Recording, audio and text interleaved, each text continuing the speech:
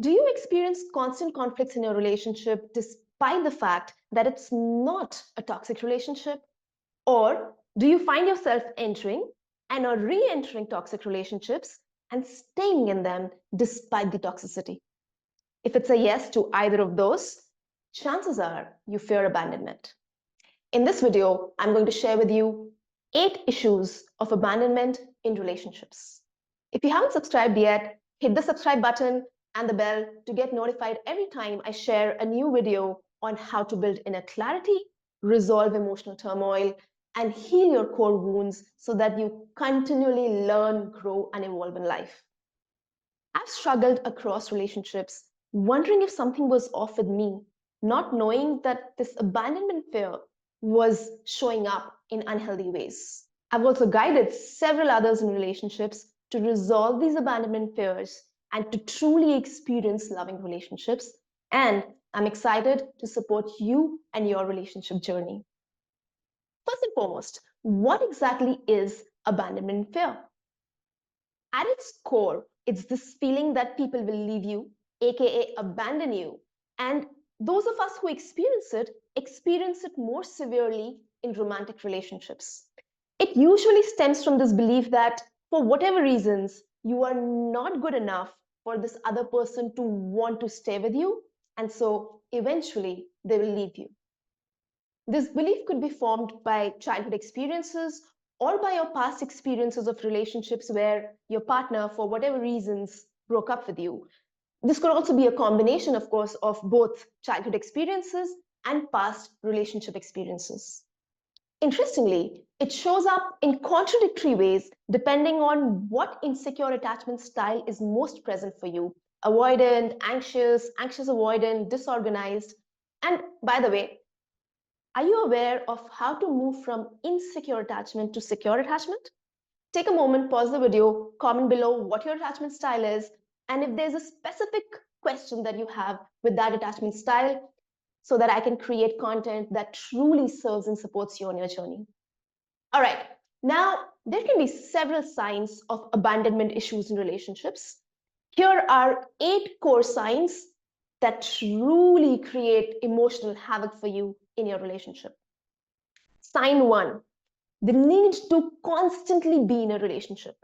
Since you're afraid of being alone, you'll do whatever you need to do in order to stay in a relationship. What that could look like is either a series of short term relationships, or it could also look like one or a few long term relationships that were clearly not healthy for you. Second sign is feeling unseen, unheard, unmet.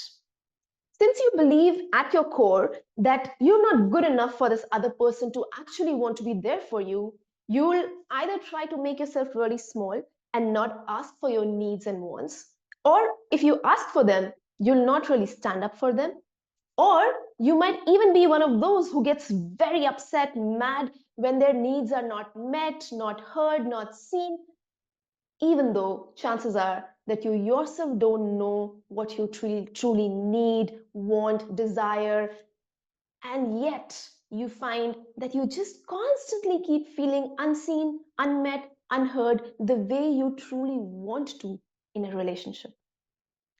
Third, repeated hurt. Now, this is more true for those who are not really in bad toxic relationships. You know that the person that you're with doesn't really intend to hurt you, doesn't really intend anything bad for you, and yet you can't help but feel really hurt by various things they say, by various things they do. You might question them, you might fight with them, and clearly they're sort of struggling to figure out what's happening for you, but you're just mad because even if there's the slightest possibility of them saying a no to you, that no for you in your inner narrative is a major rejection of you, and that doesn't feel great, does it? Fourth, out of proportion. This one piggybacks on the third sign. Again, they say something, they do something that you know isn't a big deal, and yet you cannot help but feel extremely about it. And so there might be an extreme anger outburst or a complete shutdown or threats to break out of the relationship and or constant loops of overthinking about how negative or how bad this person or the relationship is. Again, all that your inner world is trying to do is to try and protect you, is to try and save you from potentially getting hurt when this person leaves you, and your inner narrative points back to you and says, see, you're not good enough, you're the problem. Fifth, the mean green or jealousy. This one's interesting. If your most present insecure attachment style is anxious, you might be very familiar with this feeling and you might acknowledge that you feel jealous. You may not feel good about it, but you would know that you feel it. However, if you're avoidant or anxious avoidant even, you might think to yourself, I don't do jealousy, just like I used to. Well, if you don't do jealousy, if you don't feel jealousy, then why do you get upset? Why do you get irritated? Why do you get annoyed when your partner spends more time than they originally committed or they originally told you about? You logically might explain it saying, well, because they gave me a time. But really, just because somebody slipped a little on time, is that what is making you so irritated and annoyed?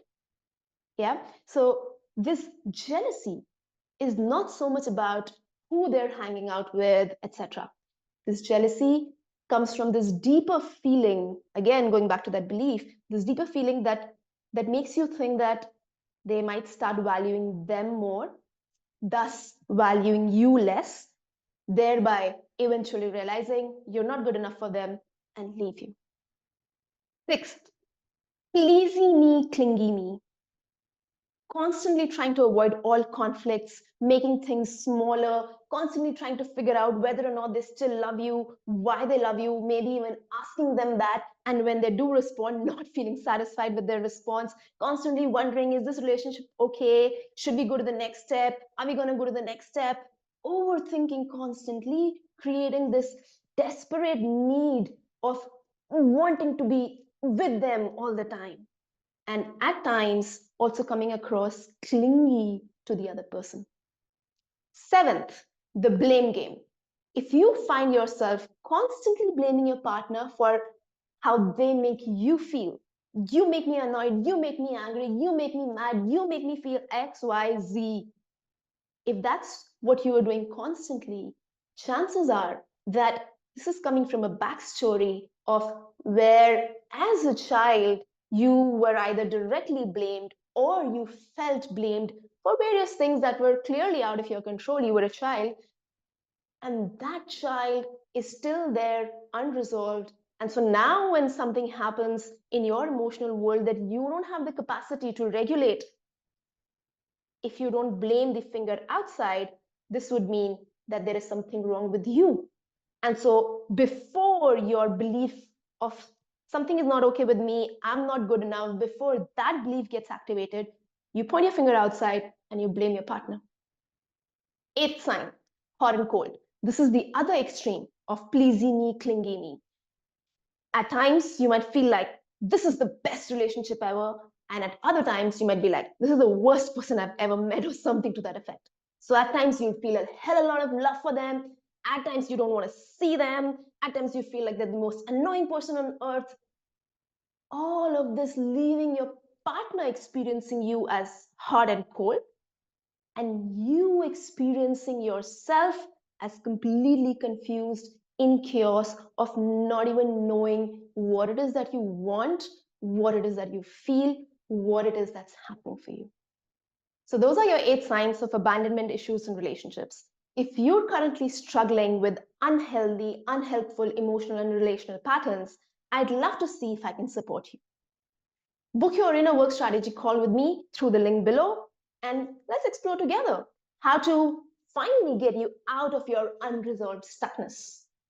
Also, be sure to come back next week for a new video on how to build inner clarity, resolve emotional turmoil, and heal your core wounds to continually learn, grow, and evolve. Until then, much love to you. Mwah.